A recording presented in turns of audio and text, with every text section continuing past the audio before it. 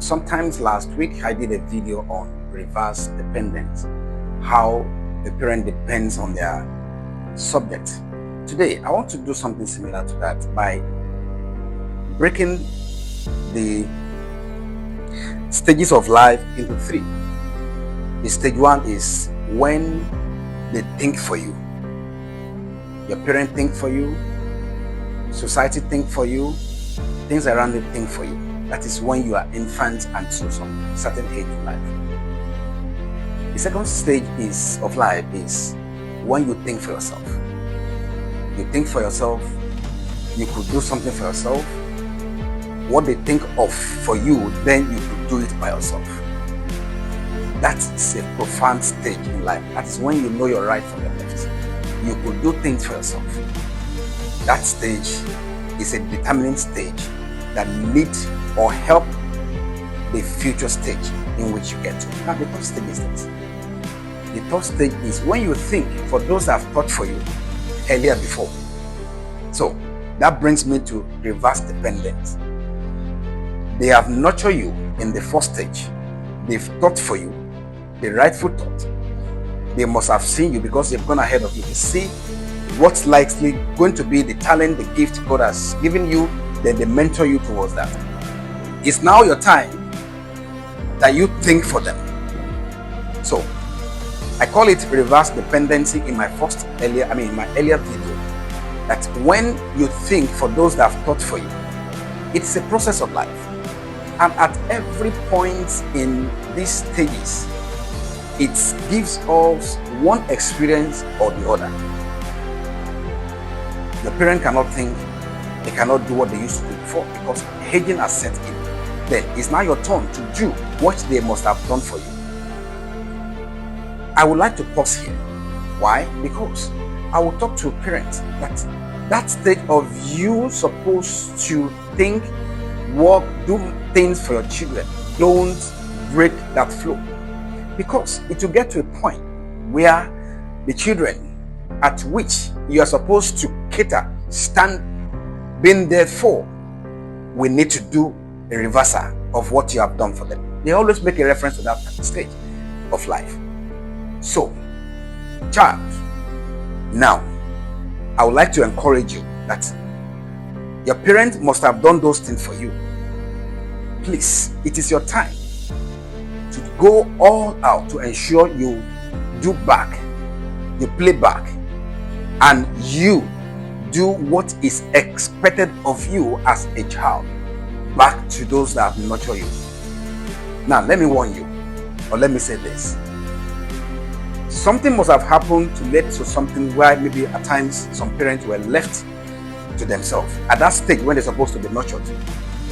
The point is, don't use that as a yardstick to conclude in your mind that, well, you did not do for me, why should I do for you? No, it is called revenge. At this point, they're supposed to do for you, but they did not do for you. Something must have happened. Somebody must have learned their lesson.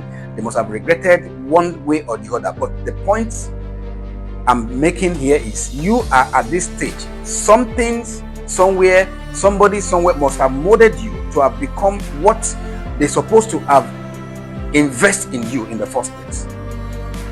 I can't say anyone is a self-made man. Nobody has been a self-made, but God has made you to be whatever you have been today because you are not there by yourself. Something must have orchestrated you together, even though your parent does not nurture you. So don't look back in your last stage when you're supposed to give back to those supposed to have nurtured you, think for you, model you, guide you. Don't say they did not do for me. That does not mean you should not do for them. That is my established point today.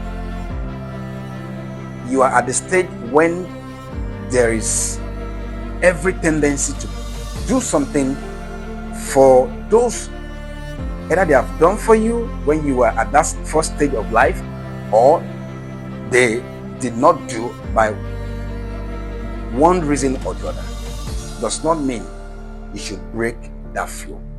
Because, like I said, it will not be long before now you will become that person in which you want to despise today. Fine.